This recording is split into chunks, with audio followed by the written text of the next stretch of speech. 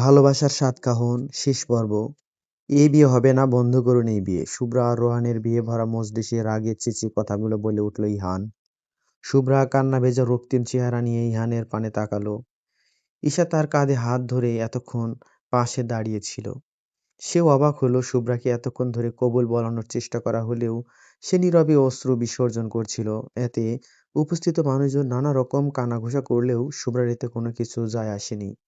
আহাদ আলম, আমিনুল ইসলাম, শারমিন বেগম, সালেহা বেগম, রাজ সহ প্রচণ্ড অবাক হলেন ইহানের বাবা মা ও তরিকুল হায়দার এবং মাইমুনা হায়দার। উপস্থিত লোকজনও ভীষণ অবাক হলো। তরিকুল হায়দার ইহানকে গম্ভীর কণ্ঠে বলে উঠলেন, এসব কি বলছো তুমি ইহান? মাথা ঠিক আছে তোমার? ইহান বাবার কাছে এসে দৃঢ় কণ্ঠে বলল, আমার মাথা একদম ঠিক আছে বাবা। আজ আমি তোমাদের সামনে একটা কথা বলতে চাই। আমি শুভ্রাকে ভালোবাসি, ওকে বিয়ে করতে চাই। তাই রোহানের সাথে ওর বিয়ে কিছুতেই হবে না। রোহান দাঁড়িয়ে রেগে বলে উঠল, তুই বললেই বিয়ে হবে না নাকি? ভরা বিয়ের মজলিসে তুই এসে মশকরা করছিস? ইহান প্রচন্ড রেগে রোহানের দিকে তেড়ে গিয়ে তার শিরোয়ানের কলার ধরে দাঁতে দাঁত পিষে বলতে লাগলো, আরেকটা কথা বললে তোর জিহ্বা টেনে ছিঁড়ে ফেলবো হারামজাদা। মিথ্যে কাহিনী বানিয়ে শুভ্রাকে তুই বিয়ে করতে চেয়েছিলি? তবে শুনে রাখ, শুভ্রা তোকে নয় আমাকে ভালোবাসে। তাই তোর ওকে বিয়ে করার স্বপ্ন কোনো দিনও পূরণ হবে না। ওকে আমি ভালোবাসি আর ওর সাথে আমার বিয়ে হবে। বলে শুভ্রার দিকে এগিয়ে গিয়ে তার হাত ধরে ইহান মোলায়েম স্বরে বলে উঠল, কিরে, আমায় বিয়ে করবি না শুভ্রা? শুভ্রা এক পলক নিজের বাবা মা, চাচা চাচি এবং মামা মামির দিকে তাকালো। তারা তার দিকে উত্তরের আশায় তাকিয়ে রয়েছে। শুভ্রা মাথা নিচু করে অস্পষ্ট সুরে আওড়ালো, হ্যাঁ চাই। মুহূর্তে যেন এক পশলা বৃষ্টি নেমে গেল ইহানের বুক জুড়ে। মুখে ফুটে উঠল বিজয়ীর হাসি। রুবায়েত খন্দকার তেতে উঠে বললেন, অসভ্য ছেলে মেয়ে, গুরুজনদের সামনে কি সব অসভ্যতামি করে শুরু করেছে তোমরা? এভাবে বিয়ের আসরে হুট করে বিয়ে করব না বলে দিলেই হলো? ইহান দৃঢ় কণ্ঠে বলে উঠল, অসভ্যতামি তো আপনার ছেলে করেছে আঙ্কেল। বানিয়ে বানিয়ে মিথ্যে কথা বলে শুভ্রাকে বিয়ে করতে চেয়েছিল ও। কিন্তু শুভ্রার আদৌ কি এই বিয়েতে কোনো মত ছিল না? তা আর ওর তো মতামত একটু আগেই নিজের কানে শুনতে পেলেন, তাহলে আবার উত্তেজিত হচ্ছেন কেন? রুবায়েত খন্দকার রাগে গজগজ করতে করতে স্ত্রী ও ছেলের উদ্দেশ্যে বললেন, চলো তোমরা, এ বিয়ে হবে না। একটা চরিত্রহীন মেয়ের সাথে ছেলের বিয়ে দিব না আমি। শেষের কথাটা বলা মাত্র ইহান রুবায়েত খন্দকারের কলার চেপে ধরে কঠিন স্বরে বললেন, একদম আমার শুভ্রাকে চরিত্রহীন বলবেন না আঙ্কেল, তাহলে কিন্তু ভুলে যাব আপনি আমার বড় হন।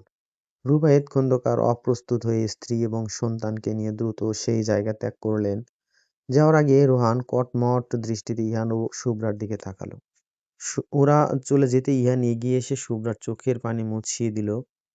তারপর উপস্থিত গুরুজনদের দিকে তাকিয়ে বলল, আশা করছি আমার আর শুভ্রার বিয়েতে তোমাদের কোনো আপত্তি থাকবে না।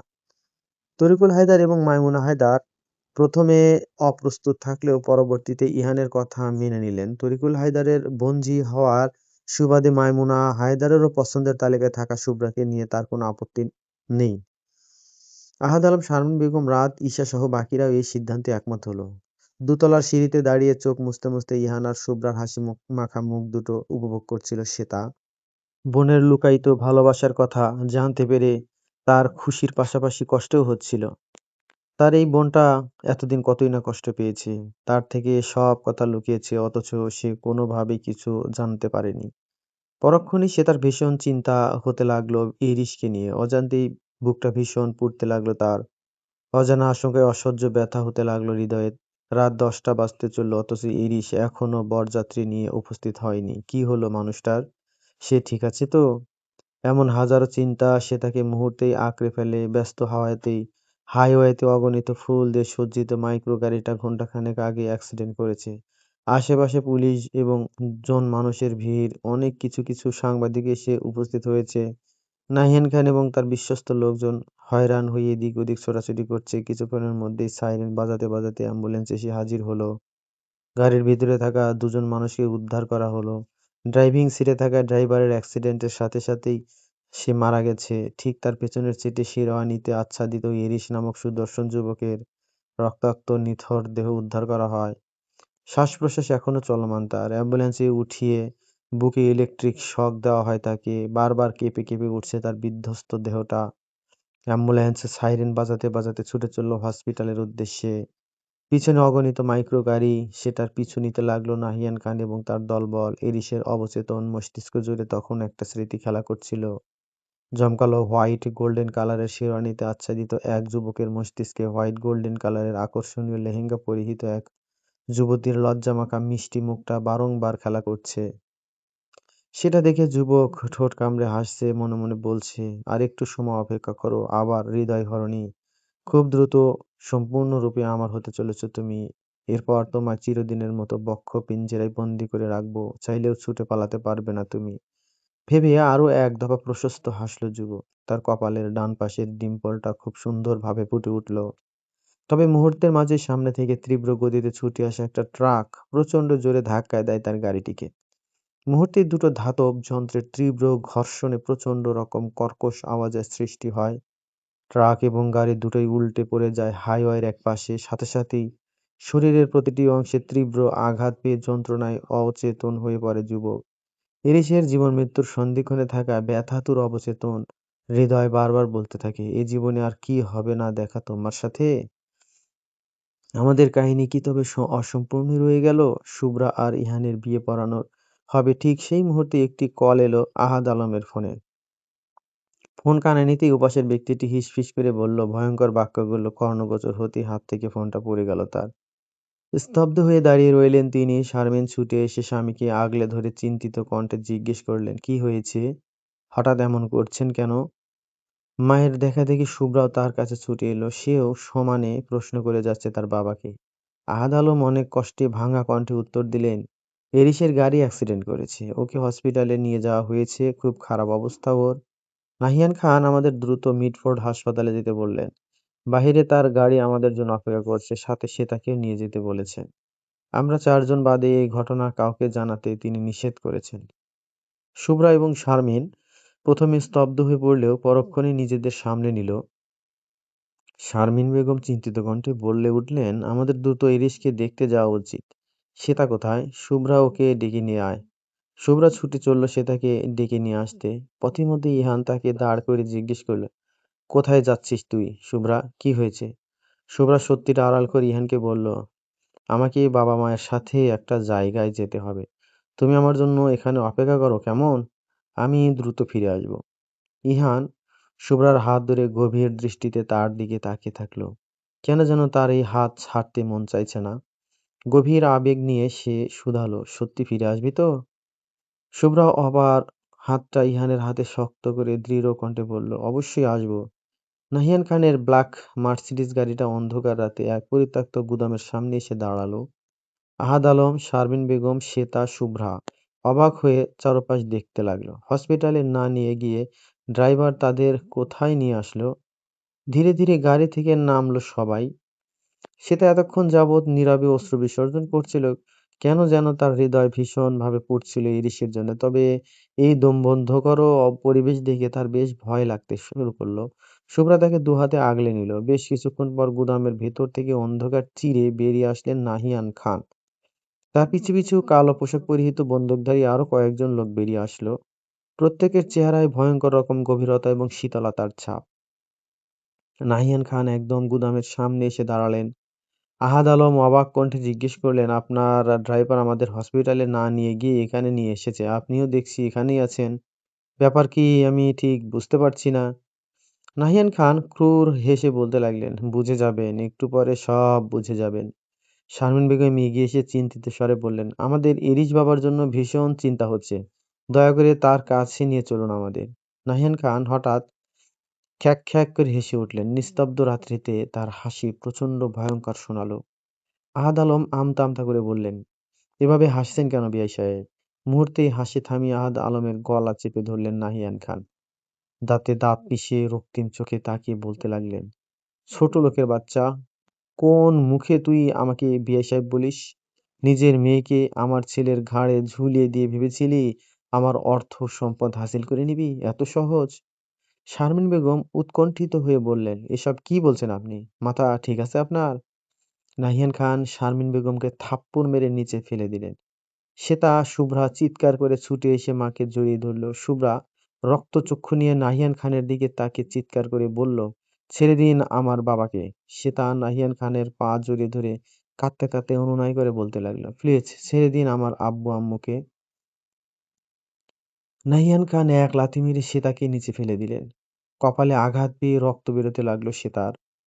নাহিয়ান খান আহাদ আলমের গলা ছেড়ে দিয়ে শ্বেতার গলা চেপে ধরে চিবিয়ে চিবিয়ে বলতে লাগলেন, হারামজাদি, তোর জন্য এত কিছু করতে হয়েছে আমাকে, নিজের ছেলের অ্যাক্সিডেন্ট পর্যন্ত করাতে হয়েছে, এবার তোকেও বাঁচিয়ে রাখবো না আমি, শুধু তোকে না, তোর ফ্যামিলির কাউকে বাঁচিয়ে রাখবো না, বলে প্রচন্ড অট্টহাসিতে ফেটে পড়লেন নাহিয়ান খান। কালো পোশাকধারী লোকগুলো ভয়ঙ্কর অট্টহাসিতে ফেটে পড়ল। নিস্তব্ধ রাত্রিতে এই ভয়ানক অট্টহাসির ঝংকার যোগ করল এক মাত্রা অতিরিক্ত আতঙ্ক। নাহিয়ান খানের পৈশাচিক হাসি শুনতে শুনতে দুহাতে কান চেপে ধরে শ্বেতা। হঠাৎ করেই বাবা মা আর বোনের আর্তনাদ শুনে তার মধ্যে এক অদম্য সাহস ভর করে। রক্তলাল বিস্ফোরিত চোখে হিংস্র বাঘিনীর ন্যায় নাহিয়ান খানের পাঞ্জাবির কলার টেনে ধরে শ্বেতা চিৎকার করে বলে ওঠে, আমার বাবা মা বোনকে মারবি তুই? তুই এতটাই অমানুষ আর জানোয়ার যে নিজের ছেলেকে পর্যন্ত ছাড়িসনি, তাকে মৃত্যুর দ্বারে পৌঁছে দিয়েছিস। আমি তোকে খুন করে ফেলবো, বলে সে তা এলোপাথারি কিল ঘুষি মারতে থাকে নাহিয়ান খানের বুকে। নাহিয়ান খান গার্ডদের ইশারা করতেই তারা শ্বেতাকে টেনে আলাদা করে নেয়। শ্বেতা তখনও তীব্রভাবে ফুঁসছে, তার হৃদয় দাউ দাউ করে জ্বলছে কোনো এক অজানা ব্যথায়। নাহিয়ান খান কঠিন স্বরে গার্ডদের আদেশ দিলেন, এক্ষুনি এই মেয়েকে চরম শাস্তি দিয়ে মারবি তোরা। আহাদ আলম, শারমিন বেগম এবং শুভ্রা আর্তনাদ করে উঠল, বারবার কাকুতি মিনতি করতে লাগলো শ্বেতাকে ছেড়ে দেওয়ার জন্য, কিন্তু শ্বেতার মাঝে কোনো ভাবান্তর দেখা গেল না। গার্ডরা তাকে টেনে হিঁচড়ে নিয়ে গিয়ে গুদাম ঘরের ভারী দেয়ালের সাথে ক্রমাগত মাথায় আঘাত করতে লাগলো। আহাদ আলম, শারমিন বেগম, শুভ্রাকে গার্ডগুলো শক্ত করে ধরে রেখেছে, তাদের আর্তনাদে প্রকম্পিত হয়ে উঠছে নিস্তব্ধ পরিত্যক্ত গুদামঘর। সে তার মাথা ফেটে প্রায় চৌচির হয়ে গিয়েছে, রক্তে ভিজে গিয়েছে তার সমস্ত মুখমণ্ডল, দেয়াল আর মেঝে ভরে গিয়েছে রক্তাক্ত স্রোতে, তবু মৃদু গঙ্গানি ছাড়া একটাও আর্তনাদ করলো না সে। অচেতন হতে হতে মনে মনে ভাবলো, ভালোই হয়েছে আমাকে তোরা ওপারে পরপারে পাঠিয়ে দে, সেখানেই কেউ একজন হয়তো গভীরভাবে আমার প্রতীক্ষা করছে। আকাশে তখন তীব্রভাবে মেঘের গর্জন চলছে, তখন থেকে থেকে বিদ্যুৎ চমকাচ্ছে, ঝড় বাতাস বইছে চারপাশে জুড়ে। শ্বেতা, শুভ্রা, আহাদ আলম, শারমিন বেগমকে চরমভাবে আহত করে গুদামঘরে আটকে রেখে আগুন জ্বালিয়ে দিতে নির্দেশ দেয় নাহিয়ান খান। শ্বেতা তখন মৃতপ্রায়, বাকিরা জীবিত অবস্থায় তাকে ঘিরে আর্তনাদ করছে, অথচ বাহিরে নাহিয়ান খানের পৈশাচিক হাসির উল্লাস শোনা যাচ্ছে, যা ভয়ঙ্কর রাত্রির নিস্তব্ধতাকে আরো ভয়ঙ্কর করে তুলেছে। দাউ দাউ করে জ্বলে উঠছে সমগ্র গুদামঘর। নাহিয়ান খান প্রাণ ভরে সেটা দেখে গাড়িতে উঠে বসে চলে গেলেন। তার পিছনে গার্ড ভর্তি আরো ৩টা কালো গাড়ি ছুটে চলল। তারা সেখান থেকে চলে যেতেই ঝমঝমিয়ে আকাশ ভেঙে বৃষ্টি নামতে শুরু করলো। তীব্র বর্ষণে চাপা পড়ে গেল গুদামঘরে আটকে থাকা কিছু প্রাণের তীব্র আর্তনাদ। মা বাবা, শুভ্রা এখনো আসছে না কেন? ফুপি ফুপা সে তারাও বা আসছে না কেন? তারাও তো ওর সাথে গিয়েছিল। রাত ১২টা বাজতে চললো, অথচ ওদের কোনো খবর নেই। কোনো বিপদ হলো না তো ওদের? আমার ওদের সাথে যাওয়া উচিত ছিল, কিন্তু গেলাম না আমি শুভ্রার সাথে। কি করে ওকে একা একা যেতে দিলাম আমি? ইহান পাগলের মতো আর্তনাদ করতে করতে তরিকুল হায়দার আর মাইমুনা হায়দারকে জড়িয়ে ধরে কথাগুলো বলছিল। তারা তাকে সামাল দিতে ব্যর্থ হচ্ছেন। পাশে উপস্থিত আমিনুল আলম, সালেহা বেগম, রাত এবং ঈশা, প্রত্যেকের মধ্যেই নিগূঢ় দুশ্চিন্তার ছাপ। রাত অস্থির হয়ে বলে উঠল, চাচা চাচি, হঠাৎ করে সে তার শুভ্রাকে নিয়ে কোথায় চলে গেল?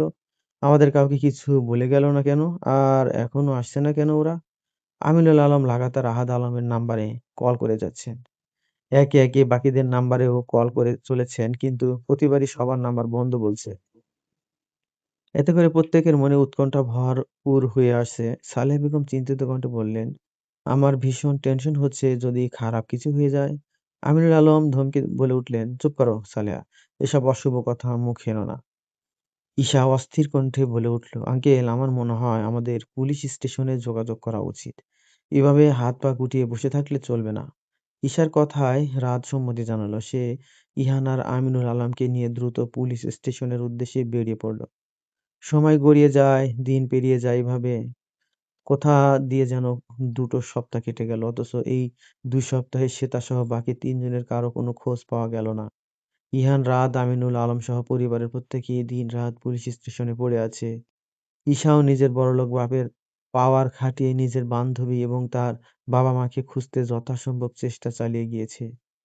সকলে পাগলের মতো খুঁজে চলেছে তাদেরকে, কিন্তু কারো কোনো অস্তিত্ব পর্যন্ত খুঁজে পাওয়া গেল না। ইহানের অবস্থা পাগলপ্রায়। ছেলেটা শারীরিক এবং মানসিকভাবে সম্পূর্ণ ভেঙে গেছে। এতদিন পাগলের মতো বিক্ষিপ্ত আচরণ করলেও এখন পুরোপুরি নিস্তব্ধ হয়ে পড়েছে। সারাক্ষণ নিজেকে একটা রুমের মধ্যে বন্দি করে রাখে। না খাওয়া না করে ঠিকমতো, আর না কারো সাথে কোনো কথা বলে। সারাক্ষণ নিজেকে অন্ধকার রুমে বন্দি করে বিড়বিড় করে কারো সাথে যেন কথা বলে। পাগলের মতো হাসে আর কারো উদ্দেশ্যে বেসুরো গলায় গান গায়। তরিকুল হায়দার আর মাইমুনা বেগম ছেলের এই অবস্থা সহ্য করতে পারেন না। তাদেরও দিন খুব খারাপ অবস্থায় অতিবাহিত হচ্ছে। রাদের অবস্থা অত্যন্ত খারাপ। উপরে উপরে নিজেকে স্বাভাবিক রাখলেও ভেতরে সম্পূর্ণ ভেঙে গিয়েছে সে। নিজের প্রথম ভালোবাসার মানুষটার সাথে সাথে পরিবারের ৩ জন গুরুত্বপূর্ণ সদস্যকে হারানোর জন্য সে একদম বিধ্বস্ত হয়ে গিয়েছে।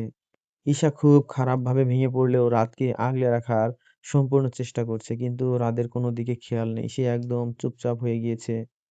আমিনুল আলম আর সালেহা বেগমের অবস্থা ভীষণ খারাপ। ইরিশ এবং তার পরিবারের সাথে অনেকবার দেখা করতে চেয়েছে তারা, কিন্তু কোনোভাবেই তাদের নাগাল পায়নি। বিষয়টাতে তাদের খটকা লাগলেও ক্ষমতার জোরে সবকিছু দাবিয়ে রাখতে পেরেছেন নাহিয়ান খান। তার কালো থাবায় হাসিখুশি একটা পরিবারটা সম্পূর্ণরূপে তছনছ হয়ে গিয়েছে। আইসিইউতে দীর্ঘ ২ সপ্তাহ ধরে কোমায় পড়ে রয়েছেন এরিস। শরীরের প্রতিটা অঙ্গ-প্রত্যঙ্গ খুব খারাপভাবে আহত হয়েছে তার। হসপিটাল বেডে বিভিন্ন ধরনের মেডিকেল ইনস্ট্রুমেন্টে আপাদমস্তক মোড়া রয়েছে তার। হঠাৎ করে তার ক্যানুলা লাগানো ডান হাতের ২টো আঙুল যেন নড়ে উঠল। অক্সিজেন মাস্কের নিচে শ্বাস-প্রশ্বাস ঘন হতে লাগলো। চোখজোড়া পিটপিট করতে লাগলো। দায়িত্বরত নার্স হঠাৎ একজন কোমা পেশেন্টকে এভাবে রেসপন্স করতে দেখে দ্রুত ডাক্তারকে ডেকে নিয়ে আসলো। ডাক্তার ইশতিয়াক কবির ছুটে এসে ইরিশকে ভালো করে চেক করার পরে তার মুখে হাসি ফোটালেন। তিনি নার্সকে ব্যস্ত কণ্ঠে বলে উঠলেন, দ্রুত নাহিয়ান খান এবং তার পরিবারকে খবর দাও। এরিশ আহারার খানের জ্ঞান ফিরে এসেছে। অবশেষে কোমা থেকে খুব অল্প সময়ের মধ্যে ফিরে আসতে সক্ষম হয়েছে সে। শ্বেতা কোথায়? Where is my addiction? ওকে আমি আমার সামনে দেখতে পাচ্ছি না কেন? এক্ষুনি ওকে আমার সামনে নিয়ে এসো। না হলে কাউকে ছাড়বো না আমি। সবাইকে শেষ করে দেব বলে দিলাম। উন্মাদের মতো আর্তনাদ করতে করতে চিৎকার করে কথাগুলো বলল ইরিশ। ৩ জন শক্তপোক্ত ওয়ার্ড বয় তাকে ধরে রাখতে পারছে না। হসপিটাল বেডে বসে থেকে রাতের ক্যানুলা, অক্সিজেন মাস্ক সবকিছু টেনে ছুঁড়ে ফেলে দিয়ে পাগলের মতো হাত পা ছোড়াছুড়ি করছে সে। ইরিশের সামনে স্থির চিত্তে গম্ভীর মুখভঙ্গি নিয়ে দাঁড়িয়ে রয়েছেন নাহিয়ান খান। তার তীক্ষ্ণ দৃষ্টি ইরিশের দিকে স্থির করে রাখা। তার পাশে আতঙ্কিত হয়ে দাঁড়িয়ে রয়েছেন নাদিরা খান, মাশরাফি খান এবং নীলিমা। রিজওয়ানা খান এবং রাফিয়াত খান কেবিনের একপাশে দাঁড়িয়ে অশ্রু বিসর্জন করছেন। নাতির এই পরিণতি তারা মেনে নিতে পারছেন না, যার জন্য তার নাতির এই পাগলামি। তার সম্পর্কে কোনো খোঁজ জানেন না তারা। নীলিমা দরদ দেখাতে গিয়ে ইরিশের সামনে এগুতে এগুতে বলতে লাগলো, ইরিশ ভাইয়া, আমার কথাটা। সম্পূর্ণ কথা শেষ করার আগেই এরিস একজন ওয়ার্ড বয়ের কাছ থেকে নিজের হাত ছাড়িয়ে নিয়ে বেডের পাশে থাকা টেবিল থেকে সিজার নিয়ে ছুরি আঘাত করলো নীলিমাকে। নীলিমা এতে খুব বেশি ব্যথা না পেলেও আতঙ্কিত হয়ে দূরে সরে গেল। নাদিরা খান মেয়েকে আগলে নিয়ে নাহিয়ান খানের উদ্দেশ্যে কিছু একটা রুষ্ট চিত্তে বললেন, আপনার ছেলে উন্মাদ হয়ে গেছে ভাইজান। ওকে যত তাড়াতাড়ি সম্ভব মেন্টাল হসপিটালে পাঠানোর ব্যবস্থা করুন। নাহিয়ান খান বোনের দিকে গম্ভীর দৃষ্টি তাক করে হাতের ইশারায় তাকে সহ বাকিদের বাইরে চলে যেতে বললেন। রেজওয়ানা খান এবং রাফিয়াত খানকেও একই ইশারা করলেন। প্রত্যেকে এক পলকে এরিসকে দেখে বিনা বাক্যে রুম ত্যাগ করল। নাহিয়ান খান এরিসের পাশে সোফায় বসে ওয়ার্ড বয়দের নির্দেশ করলেন চলে যেতে। ওয়ার্ড বয়রা এরিসকে ছেড়ে দিতেই সে উত্তেজিত হয়ে উঠে দাঁড়িয়ে কেবিনের সমস্ত জিনিসপত্র ভাঙতে লাগলো। নাহিয়ান খান এতে বাধা দিলেন না। মনের স্বাদ মিটিয়ে সব জিনিসপত্র ভাঙচুর করার পর ইরিশ দাঁড়িয়ে দাঁড়িয়ে তীব্র রাগে ফুঁসতে লাগলো। তার চোখ মুখ ভয়ঙ্কর রকমের লাল হয়ে আছে।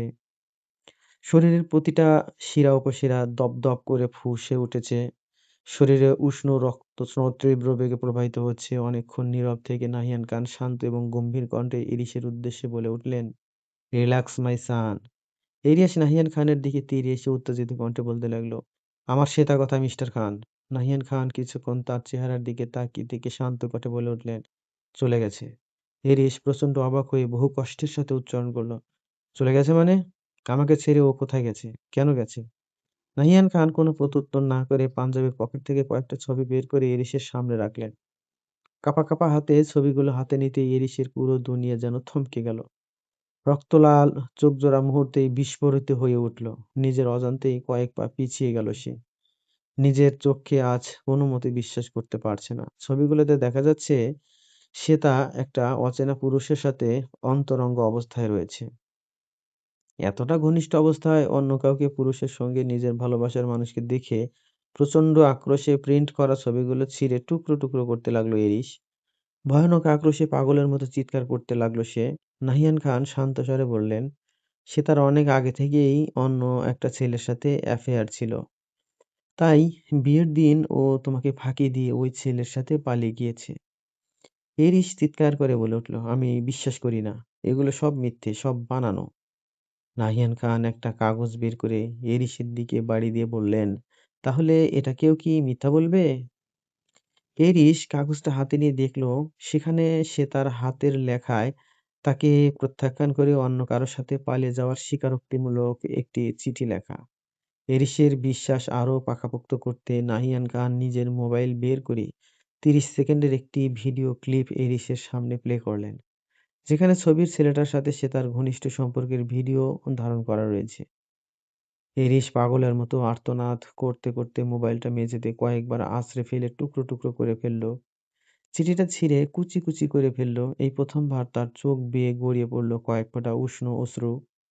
হাঁটু ভেঙে বসে পড়ে এরিস আর্তনাদ করতে করতে বলল, এমনটা আমার সাথে কেন করলো সে? কিভাবে করতে পারলো এমনটা? পরক্ষণেই দুহাতের মুষ্টি শক্ত করে নিল এরিস। চোখ মুখ অস্বাভাবিক কঠিন করে সে গর্জে উঠতে বলতে লাগলো, তোমায় আমি ছাড়বো না শ্বেতা মুবাস্সিরা। আমাকে ধোঁকা দেওয়ার শাস্তি তোমাকে চরমভাবে ফিরিয়ে দিব আমি। নিজের গায়ে অন্য পুরুষের স্পর্শ লাগানোর শাস্তি সারা জীবন ভর তোমাকে দিয়ে যাব আমি। আমার কাছে চিরদিন তোমায় রেখে প্রতি মুহূর্ত নরক যন্ত্রণা দিয়ে যাব। যেখানেই থাকো না কেন, তোমাকে আমি খুঁজে বের করবই। নাহিয়ান খান কিছুক্ষণ চুপ করে থেকে গমগমে কণ্ঠে বলে উঠলেন, কিন্তু ওকে আর ওর পরিবারকে তো 2 সপ্তাহ যাবৎ খুঁজে পাওয়া যাচ্ছে না। সবাই বলছে ওরা নিরুদ্দেশ হয়ে গেছে। তুমি চাইলে ওর চাচা চাচি আর চাচাতো ভাইয়ের সাথে কথা বলে দেখতে পারো। এরিস চোখ মুছে উঠে দাঁড়িয়ে দাঁতে দাঁত পিষে কঠিন কণ্ঠে বলতে লাগলো, ওকে আর ওর পরিবারকে দরকার হলে তালের তলা থেকে খুঁজে বের করবো আমি। এজন্য কাউকে জিজ্ঞাসাবাদ করার প্রয়োজন নেই আমার। এই জীবনে আমার কাছ থেকে নিস্তার নেই ওর। নাহিয়ান খান ভ্রু কুঁচকে জিজ্ঞেস করলেন, তুমি এতটা নিশ্চিত হচ্ছ কিভাবে যে ওকে আবারও খুঁজে পাবে? এরিস রহস্যময় বক্র হাসি হেসে বলল, এত সহজে ওকে আমি হারিয়ে যেতে দিব না মিস্টার খান। ওকে আবারও আমার কাছেই ফিরে আসতে হবে। এরপর একটু থেমে এরিস বলল, আজই আমার ইটালি যাওয়ার ব্যবস্থা করুন মিস্টার খান। এই দেশে আর এক মুহূর্তও নয়। আর আপনার সমস্ত ব্যবসার দায়িত্ব, বিশেষ করে দেশ বিদেশে আপনার মাফিয়া সাম্রাজ্যের সমস্ত দায়িত্ব আজ থেকে আমাকে সম্পূর্ণভাবে বুঝিয়ে দিন। এখন এই মুহূর্ত থেকে শুরু হবে ভিন্ন এক এরিসের পথচলা। কথাগুলো বলে চোয়ালবদ্ধ শক্ত করে মুখটা অসম্ভব রকম কঠিন করে নিল এরিস। তার ভেতরে প্রচণ্ড রাগ আগ্নেয়গিরির তীব্র জ্বলন্ত লাভার মতো টগবগ করে ফুটছে। দগ্ধ হৃদয় অস্বাভাবিকভাবে জ্বলছে শ্বেতামুবাস্সিরার নামক এক ভয়ানক দাবানলের আগ্রাসনে।